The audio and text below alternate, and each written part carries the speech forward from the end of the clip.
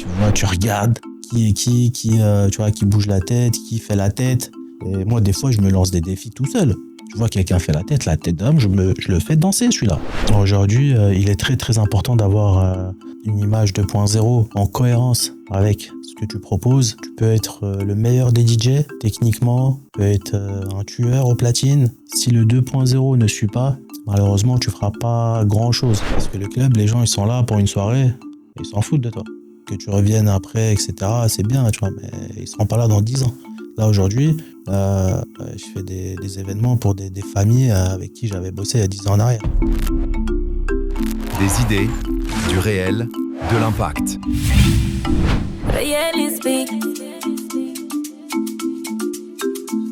Alors, pour les influences, c'est très simple, hein. Comme tous les gens de ma génération, ça a été des influences américaines pour la plupart.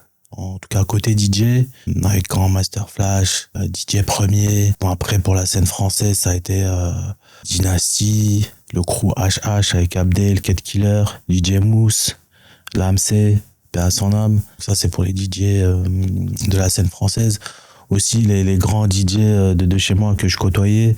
Il y avait DJ Smoker, Alex, paix à son âme aussi. Donc voilà, c'est ça, c'est les influences. C'est plutôt des DJ techniques, des scratchers, grands scratchers, d'où un peu mon penchant vers le côté technique, scratch. Parce que pour moi, un DJ, faut qu'il garde cette tradition de scratch, de technique, de passe-passe. On peut pas être DJ 2.0 comme ça. C'est pas possible. C'était une belle époque.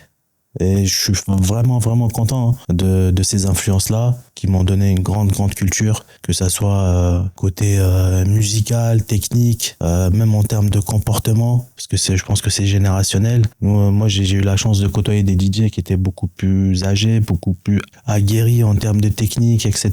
et qui n'hésitaient pas à nous apprendre. Et j'ai eu beaucoup de chance de faire partie de cette génération-là, et d'être influencé par ces gens-là. Après les premiers disques, c'était pas un disque que j'ai acheté, c'était une cassette. Voilà, c'était une cassette et je crois que c'était Coolio, un truc comme ça. Et ça m'avait beaucoup marqué parce que j'étais content, je suis allé, je l'ai acheté, je suis rentré, j'ai écouté. Et j'avais un Ghetto Blaster à l'époque dans ma chambre. Et j'essayais d'enchaîner, même avec des cassettes, avant d'avoir des platines ou même avant de savoir ce que c'était des platines et ce que c'est d'être DJ.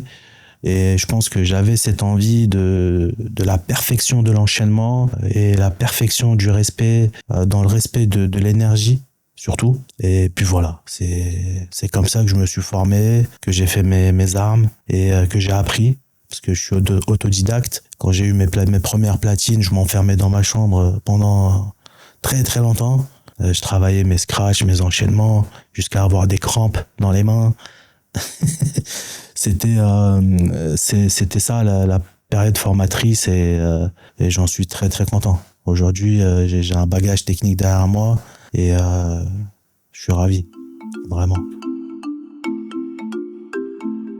Alors entre le début et aujourd'hui, bien évidemment qu'il y a eu de l'évolution avec l'expérience, avec la multitude de prestations, de soirées, de représentations. En fait, au début, moi je suis quelqu'un de timide par nature et réservé. Au début, je restais un peu enfermé et je m'ouvrais pas au public, ce qui était une faute fatale. Aujourd'hui, j'ai développé une capacité d'ouverture au public et j'essaye de capter un peu les envies des uns et des autres pour pouvoir leur proposer ce qu'ils aiment. Et ma façon aussi de préparer les événements a beaucoup changé. On a de la chance aujourd'hui d'avoir la technologie et les outils parce qu'on peut préparer des playlists partagées, on peut préparer des trames, on peut préparer des choses avec des futurs, par exemple, si je parle de mariage, avec des futurs mariés, ou pour des soirées ou des événements privés. On a le moyen aujourd'hui de s'adapter et de faire adhérer le public à son environnement. Ce qui a changé aussi, c'est la technique. Avant, on se baladait avec les vinyles, malheureusement. Aujourd'hui, on a la chance donc de nous trimballer avec un MacBook, un contrôleur, et ça suffit. Donc, ça facilite beaucoup la chose. Et même aujourd'hui, la plupart des établissements, ils sont à jour en termes d'équipement. T'arrives juste avec ton ordi, tu te branches et hey, c'est parti. C'est ce qui a changé. Donc, c'est la facilité, l'adaptation et surtout la lecture. La lecture des envies des clients. Alors, en termes de parcours, il y a eu bien évidemment des hauts et des bas. Comme chaque chose, hein, c'est un calcul cyclique. En fait, il y a des cycles dans chaque domaine. On peut pas être linéaire. Donc moi, au début, comme je te disais tout à l'heure, on mixait avec des vinyles. Et à un moment, j'ai eu des complications. Il fallait que je déménage, que je change de ville, etc. Et à un moment, c'était compliqué de tout trimballer et de tout faire suivre. À un moment, j'avais arrêté, j'avais fait une pause et c'était compliqué. Et au moment où je me suis réinstallé et j'ai repris le cours des choses, il y a eu Serato. On s'est mis à mixer avec donc un logiciel de contrôle de vinyle encodé. Et à ce moment-là, j'ai dû me réadapter. En fait, c'était un commencement à zéro pour moi. C'est comme si je venais de commencer tout à zéro, etc. Et c'était un challenge à relever. Il fallait s'adapter, refaire une playlist, etc. Donc, oublier les vinyles et les disques physiques, etc. Et là, c'était un nouveau départ pour moi. Mais qui m'a beaucoup facilité la chose parce que, en fait, quand tu as une culture musicale derrière toi, tu as juste à aller piocher. Et c'était beaucoup, beaucoup plus simple après. Donc ça, c'était des obstacles, mais après qui sont devenus un avantage avec la technologie. Et aujourd'hui, ça l'est encore plus simple. Pour les nouveaux DJ qui veulent commencer, ceux qui ont le souhait de commencer, aujourd'hui, on a une chance incroyable. On a une chance incroyable parce qu'on a les playlists, on peut mixer en streaming, on peut mixer ce qu'on a dans sa playlist, Apple, Spotify, etc. Et j'ai envie de partager mon expérience pour que la nouvelle génération, ceux qui veulent se former, trouvent leur repère beaucoup plus rapidement. Ce qui leur manquerait peut-être, c'est la technique, c'est la direction artistique aussi, hein. Comment gérer une playlist cohérente. Et je trouve que c'est une chance pour la nouvelle génération par rapport à nous, tu vois, où c'était un peu plus compliqué de lâcher, de recommencer, etc. Aujourd'hui, tu peux lâcher, mais ta playlist, voilà, tu peux elle sera mise à jour automatiquement peut-être, ou si tu as une playlist vivante sur un site de streaming, le jour où tu recommenceras, sera mise à jour. Donc c'est ça l'avantage aujourd'hui. Mais pour ma part, c'était un peu périlleux, mais je suis content parce que c'est des expériences en fait à apprendre, c'est des cycles qui prennent fin à un certain moment, mais le tout c'est de s'enrichir de ces cycles-là. Alors en termes de sacrifice, on laisse des plumes forcément parce qu'à un moment t'es absent, t'es pas là, à un moment tu fais des nuits blanches, t'en sais quelque chose. On passait des nuits blanches au studio, on enchaînait sur des journées de tournage, ensuite soirées, etc., etc. Et à un moment, le manque de sommeil se ressent. Si tu as une hygiène de vie qui ne suit pas, tu sacrifies ta santé, entre guillemets. Parce qu'aujourd'hui, tu peux avoir des problèmes d'hypertension, par exemple, si tu as un manque de sommeil pendant plusieurs jours d'affilée, etc. Donc faut faire attention à ça. Ça fait partie des zones un peu d'ombre de ce métier-là. Après, même en termes de famille, etc. Si t'as des enfants en bas âge, tu les vois pas grandir forcément si t'es souvent absent. Les week-ends, t'es pas là. Tu vois, et c'est souvent le week-end où ils veulent profiter de leur papa, etc. Et malheureusement, des fois, t'as un petit pincement au cœur quand même, tu vois. Toi, t'es là, tu fais kiffer des gens, tu vois. T'as 500 personnes qui sautent en l'air, mais dans ta tête, tu te dis, est-ce qu'ils ont dormi? Est-ce qu'ils, tu vois, et ça fait partie des sacrifices et des choses qui sont un peu désagréables. Mais comme je disais, c'est cyclique, en fait. Faut juste arriver à trouver le bon équilibre et ne pas trop se sacrifier et trouver le juste milieu, en fait.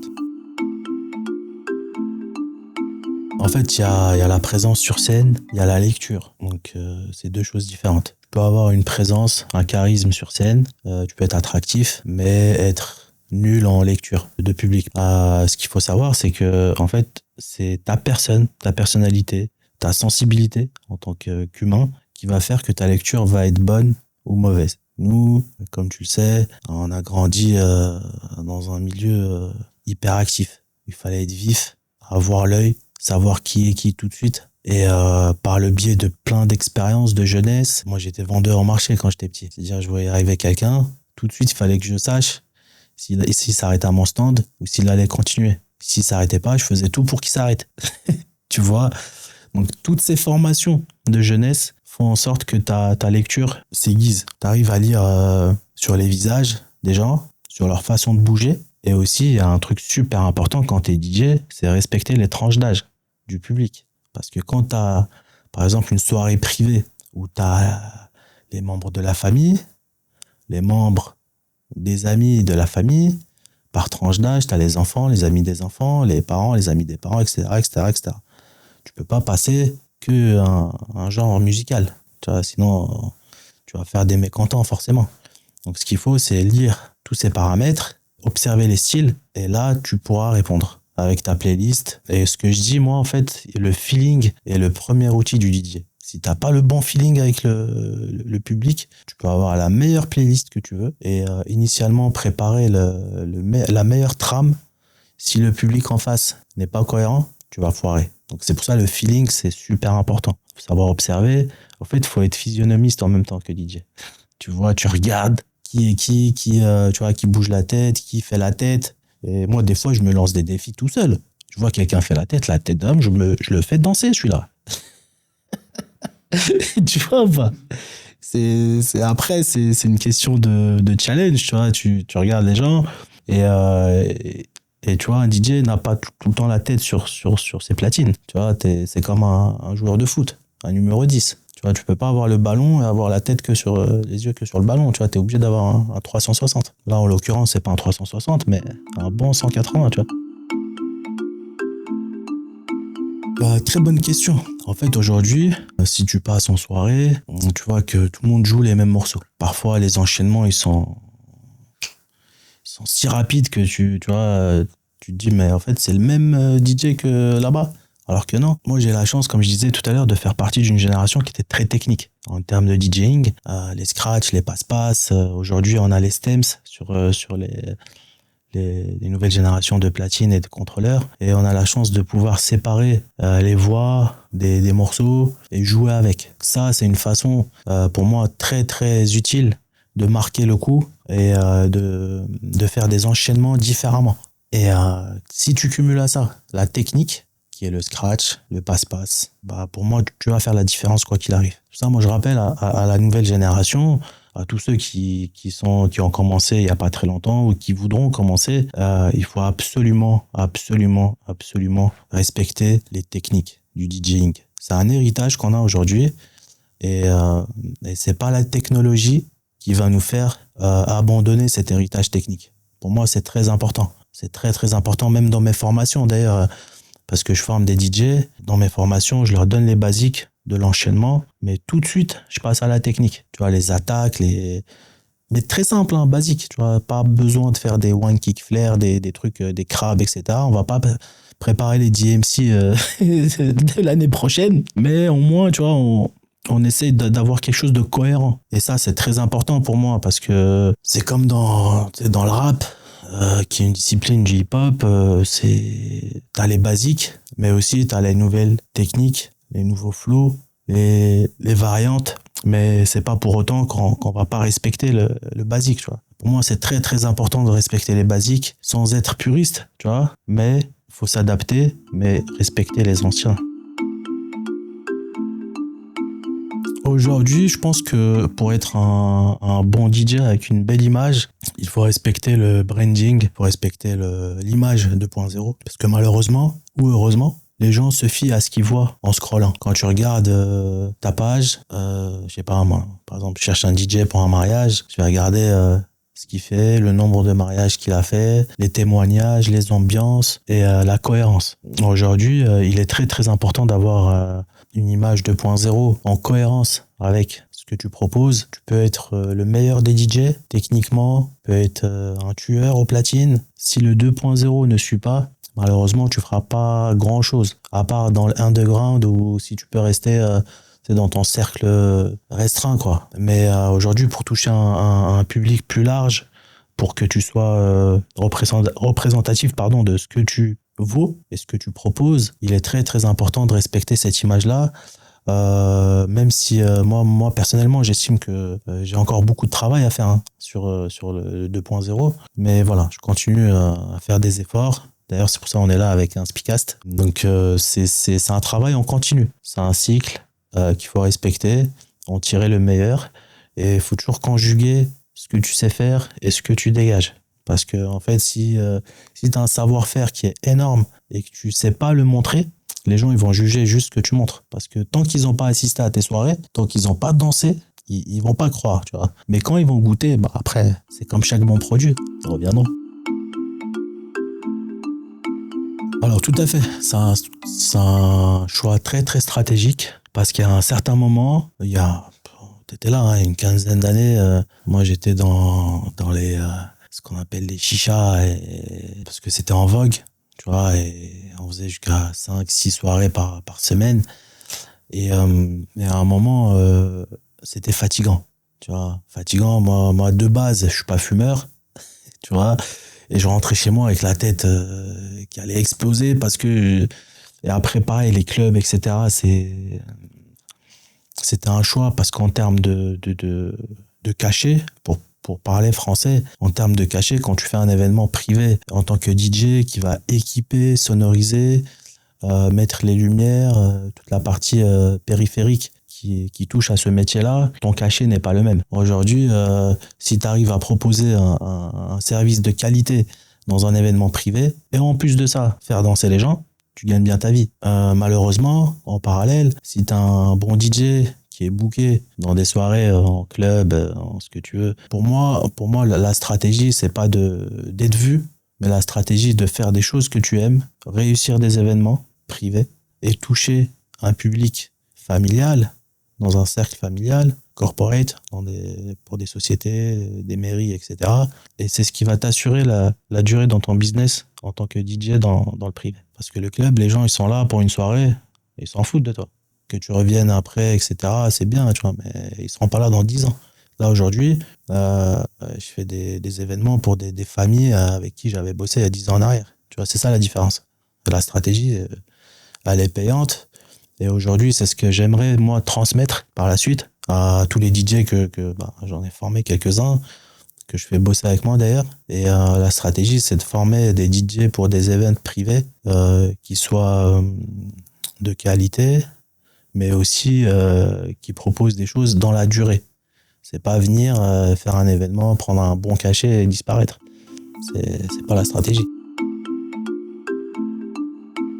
Alors pour moi, une règle d'or pour celui qui aspire à devenir DJ, c'est la passion. En fait, si t'es pas passionné par ce métier, c'est même pas un métier en fait. Si t'es pas passionné, pour moi, ça sert à rien d'en faire un business ou d'espérer d'en faire un business. Parce qu'en fait, au bout d'un moment, ce qui va surpasser la fatigue, ce qui va surpasser les problèmes, ce qui va surpasser les obstacles que tu auras, le dégoût, c'est la passion. Parce que c'est ton réservoir, en fait. Et cette passion-là, quand tu l'as, c'est ton capital. Et c'est un capital, en fait, qui va te servir à surpasser tout ce que j'ai dit, les problèmes, les obstacles, etc. Et même les moments de faiblesse ou de doute, c'est ta passion qui va venir faire en sorte que tu vas surpasser tout ça.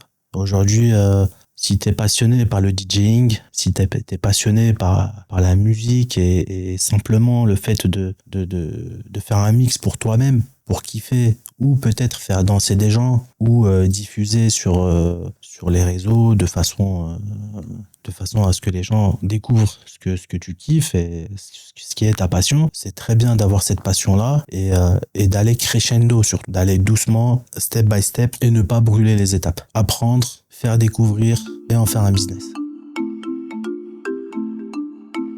Alors, pour la prochaine étape, pour ma part, en toute modestie bien sûr, c'est de continuer à transmettre, à former ceux qui veulent bien être formés, apprendre le b.a.-ba, les bases, donner les bons conseils, parce que dans la formation, il y a du coaching. En fait, c'est comment gérer quelques situations, parfois qui sont délicates et qui dépendent de la personnalité du DJ. Si t'as un DJ nerveux derrière les platines, quand on vient de demander un truc 10 fois dans la même soirée, la même personne, etc., faut gérer, tu vois. Donc, moi, j'ai fait des erreurs par le passé. J'essaye de transmettre tous les conseils qui vont faire éviter ces erreurs-là, en parallèle de la technique, de tout ce qui va avec, mais aussi en termes de projection dans le business. Ne pas reproduire des erreurs d'investissement. Aujourd'hui, il existe des solutions de location, de leasing, de choses qui sont proposées pour nous faciliter la vie en tant que DJ d'événementiel. Il faut en profiter. C'est tout le package de formation et de transmission que je propose et que je compte proposer bientôt en streaming.